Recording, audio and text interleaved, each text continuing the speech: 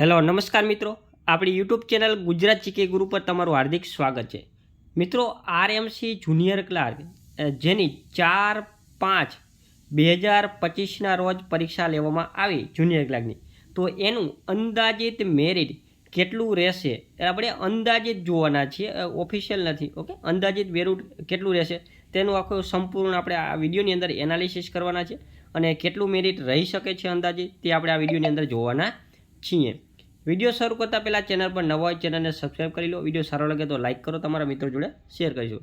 તમારા કોઈ ડાઉટ હોય તો કોમેન્ટમાં જરૂર બતાવજો. તમારા કેટલા માર્ક થાય છે એ પણ તમારા કોમેન્ટમાં જરૂર બતાવવાનું છે. સૌપ્રથમ તો આપણે વાત કરીએ તો આમાં કેટલી ટોટલ જગ્યા હતી, તો ટોટલ 128 જેટલી જગ્યા છે જુનિયર ક્લાર્કની અંદર. રાજકોટ મહાનગરપાલિકાની અંદર ક્લાર્કની 128 જગ્યા હતી. તો આના માટે હવે આપણે વાત કરીએ કે 128 જગ્યા હતી. કેટલી હતી? 128 જગ્યા હતી. અને આની પરીક્ષા જે છે એ રાજકોટ, અમદાવાદ ને વડોદરા ખાતે વિવિધ 225 કેન્દ્રોની અંદર આની પરીક્ષા લેવામાં આવી હતી. અને એમાં 27,927 ઉમેદવારો ગેરહાજર રહ્યા હતા. 60,525 ઉમેદવારો હતા. ટોટલ કેટલા ફોર્મ ભરાણા હતા? 60,525. કેટલા? 60,525 ફોર્મ ભરાણા હતા. એમાંથી 32,598 ઉમેદવારે પરીક્ષા આપી હતી એવું આની અંદર કહેવામાં આવે છે વેબસાઇટની અંદર. એની ટૂંક સમયમાં એની ઓફિશિયલ આન્સર કઈ છે એ પણ જાહેર કરશે. ઓકે, ટૂંકમાં ઓન એન એવરેજ કહીએ તો 50% જેટલા કેન્ડિડેટ હાજર રહ્યા હતા. 50થી 52% વિદ્યાર્થીઓએ આની પરીક્ષા જે છે એ આપી છે. એટલે 128 ઉમેદવારો સામે 32,598 ઉમેદવારોએ પરીક્ષા આપી છે. તો સમજી શકીએ છીએ આપણે આનું મેરિટ કેવું રહી શકે છે અને પેપરનું લેવલ વગેરે આપણે જોવાના છીએ.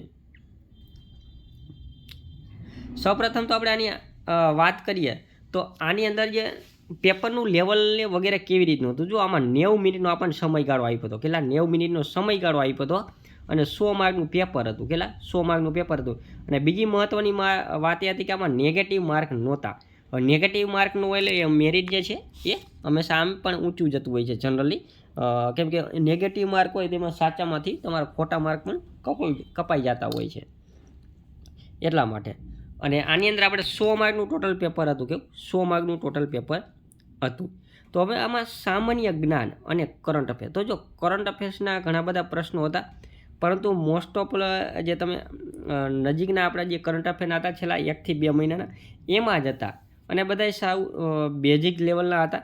અને સામાન્ય જ્ઞાનની વાત કરીએ તો એ પણ આવું બેઝિક લેવલનું જ હતું કે જે નોર્મલી તમે વાંચેલું જ. એટલે એમ સિમ્પલ હતું આનું. કંઈ એવું હાર્ડ જીકે અથવા તો હાર્ડ કરંટ અફેર્સ એવું નહોતું. અમુક કરંટ અફેર્સના અટપટા સવાલો હતા અમુક એવા, બાકી એ સાવ ઇઝી હતા. એટલે સાવ ઇઝી કહી શકાય સામાન્ય જ્ઞાન અને કરંટ અફેર. ગુજરાતી ભાષાની અંદર મોટાભાગના ગુજરાતી સાહિત્યને લગતા ક્વેશ્ચનો હતા. એમાં 1-2 ક્વેશ્ચનને બાદ કરે સાહિત્ય અને ગ્રામર જે છે એ સહેલું હતું. અંગ્રેજીની વાત કરીએ તો અંગ્રેજી પણ આની અંદર સાવ સહેલું જ હતું. ઓલ ઓવર જોવા જોઈએ તો ગુજરાતી ભાષા અને અંગ્રેજીના ક્વેશ્ચનો જે સાવ સહેલા જ હતા. કોમ્પ્યુટરના ક્વેશ્ચનો પણ મોટાભાગના સાવ સહેલા અને સાવ ઇઝી પણ હતા. અને મેથ્સ એન્ડ લોજિકલ રિઝનિંગ, ગણિતના અમુક ક્વેશ્ચનોને બાદ કરતાં મોટાભાગના ક્વેશ્ચનો જે છે સરળ હતા. અમુક ક્વેશ્ચનો આમાં સહેલા હતા બધાય, પરંતુ અમુક ક્વેશ્ચનો જે છે એ સમય માગી લે એવા હતા. એટલે ઓલ ઓવર જોવા જઈએ તો પેપર જે છે એ 80% જેવું આપણું સરળ કહી શકાય. 80 થી 90% જેવું. અમુક ક્વેશ્ચનોને જે બાદ કરતાં મોટાભાગના ક્વેશ્ચનો જે છે આની અંદર ઇઝી હતા. તો એના માટે તો હવે આપણો સૌથી મોટો પ્રશ્ન જે છે કે પેપરનું લેવલ તો આવું હતું. તમારું પેપર હતું 100 માર્કનું, પેપરનું લેવલ હતું 90 મિનિટ અને નેગેટિવ માર્કિંગ નહોતા. એટલે મોટાભાગના લોકોએ આવડ્યા હોય કે ન આવડ્યા બધા ક્વેશ્ચનો મોટાભાગે અટેમ્પ્ટ કર્યા જ હશે. કેમ કે નેગેટિવ માર્ક ન હોય એટલે બધા મોટાભાગના અટેમ્પ્ટ કરી જ નાખતા હોય છે. તો આની અંદર આપણે અંદાજિત મેરિટની જો આપણે વાત કરીએ તો લાસ્ટ ટાઈમ પણ 122 જગ્યા હતી. ત્યારે કંઈક 81 આસપાસ કંઈક મેરિટ રહ્યું હતું. ત્યારે પણ નેગેટિવ માર્કિંગ નહોતું. ઓકે, આ વખતે પણ આપણે 128 જેટલી જગ્યાઓ છે. પરંતુ પેપરનું જે લેવલ છે ને એકદમ સરળ કહી શકાય. આપણે એકદમ સરળ કહી શકાય અમુક ક્વેશ્ચનોને બાદ કરતાં. તો આમાં આપણે એવું માનીએ કે 80થી 85 એ વચ્ચેના લોકોના જે છે એ ડોક્યુમેન્ટ વેરિફિકેશનમાં વારો જે છે એ આવી શકે એમ છે 80થી 85ની વચ્ચે. હવે આમાં 5 માર્ક જે છે એ પ્લસ માઇનસ થઈ શકે છે. 5 માર્ક માઇનસ 80ના 85 પણ થઈ શકે અને 85ના 80 પણ થઈ શકે. એની વચ્ચે રહેવાનો એવો અંદાજ છે, કોઈ ઓફિશિયલ છે નહીં. આપણે અંદાજ ધારીએ કે 80થી 85ની વચ્ચે આનું મેરિટ રહી શકે. અને જે 85 પ્લસ જે લોકોને જે માર્ક થતા હશે એને આપણે એવું માનીએ કે બહુ સારા માર્ક કહેવાય. એમને પાસ થવાના ચાન્સીસ જે છે એ વધી જતા હોય છે, 85 પ્લસ હોય છે તે. બાકી 80-82 વાળાના ડોક્યુમેન્ટ વેરિફિકેશનમાં નામ આવવાની પણ સંભાવના છે. એટલે આપણે ઓલ ઓવર જોવા જઈએ તો 80થી 85 વચ્ચે મેરિટ જે છે આનું અંદાજિત રહી શકે છે. અને 5 માર્ક આનું પ્લસ માઇનસ આપણે થઈ શકે છે. ઓકે, કેમ કે આપણે આ અંદાજિત છે, જે લાસ્ટ એનાલિસિસ, પેપરનું લેવલ વગેરેને આપણે જોતા. કેમ કે અને કેન્ડિડેટ પણ સામે એટલા છે, 32,000 કેન્ડિડેટ છે, લેવાના 128 છે. તો તમે સમજી શકો છો. અને પેપરનું લેવલ પણ નોર્મલ સાવ હતું, એટલે બધા લોકોને માર્ક તો થવાના જ છે. એટલે અને પાછું નેગેટિવ માર્કિંગ પણ નથી. નેગેટિવ માર્કિંગનું એટલે માઇનસ પણ થવાના નથી. એટલે 80થી 85 વચ્ચે રહેવાના સંભાવના છે.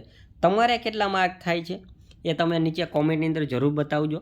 ઓકે, તમારા જેટલા માર્ક થતા હોય કોમેન્ટની અંદર જરૂર તમારા માર્ક બતાવવાના, તમારી કેટેગરી બતાવવાની, અને મેલ કે ફિમેલ એ તમારે કોમેન્ટની અંદર જરૂર લખવાનું છે.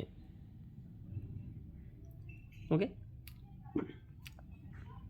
અને આની જે ઓફિશિયલ આન્સર કઈ છે, આની ઓફિશિયલ પ્રોવિઝનલ આન્સર કઈ છે, એ પણ આપણા રાજકોટ મ્યુનિસિપલ કોર્પોરેશનની જે ઓફિશિયલ વેબસાઇટ છે એની અંદર ટૂંક સમયની અંદર પ્રસિદ્ધ કરવામાં આવશે. આની જે વેબસાઇટ છે, વેબસાઇટની અંદર ઓફિશિયલ આન્સર કઈ છે પ્રોવિઝનલ, એ પણ ટૂંક સમયની અંદર પ્રસિદ્ધ કરવામાં આવશે.